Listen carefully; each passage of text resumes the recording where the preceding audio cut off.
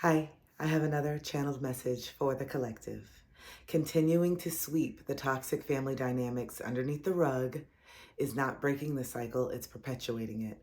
And so many of you know that you have been chosen to break the cycles in the generational trauma that's been occurring in your family for years. And you cannot do that by staying quiet. You cannot do that by doing the same thing that everyone else did in your family and pretending that the dysfunction is not there. You see it, you're aware of it, and you feel it more than you ever have before. And we cannot continue running from it.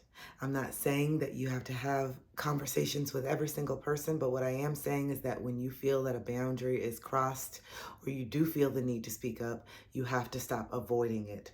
That is a huge shadow that so many of us need to heal, is the shadow of avoidance. We are so terrified to stand up for ourselves and have uncomfortable situations. And I know so many of you have said, well, some battles are worth choosing and people are not going to hear you and people just aren't going to be able to receive it. And that is absolutely true. But are you going to keep going around and being disrespected and just doing nothing and then complaining about it? Maybe you don't have the conversation, but are you setting the boundary? Are you still continuing to put yourself in this uncomfortable situation and then using the excuse that they won't receive you, so this is why you just stay small? Something's got to give.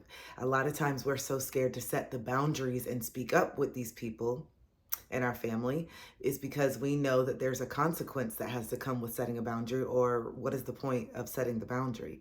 And it's the consequence of having to go no contact or having to walk away that we don't want to face, because deep down that inner child still wants that validation, still wants the love that we didn't feel like we got in childhood from that parent or from that family member. So we have to do something different if we want to break the cycle. We have to start calling people out, and we have to stop feeling responsible for everyone's emotions. Yes, some of the conversations that you're going to have with mom and dad are going to make them feel some shame. It's going to make them angry. It's going to make them feel guilty. But these are fundamentally normal, healthy emotions that we need to feel in this human experience in order to have some deep reflection and evolve. And no, not everyone will evolve from these conversations. There are some people that have their whole course of life on earth and never hold themselves accountable. But you still have the accountability to speak up and let people know how you feel. That is still your job if you want to evolve and be and feel more empowered. So many of us still feel very disempowered and very doubtful and very unsure of ourselves because we have these core wounds with our family, and we have not found the courage yet to actually stand up for ourselves so that it can trickle into all other aspects of our lives.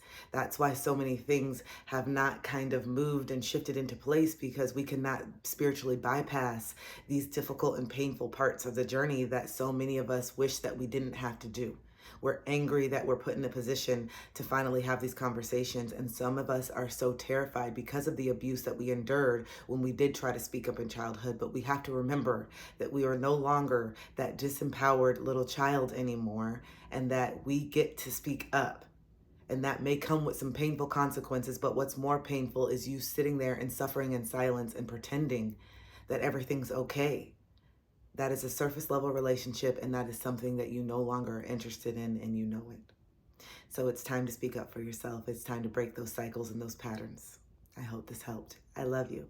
Bye.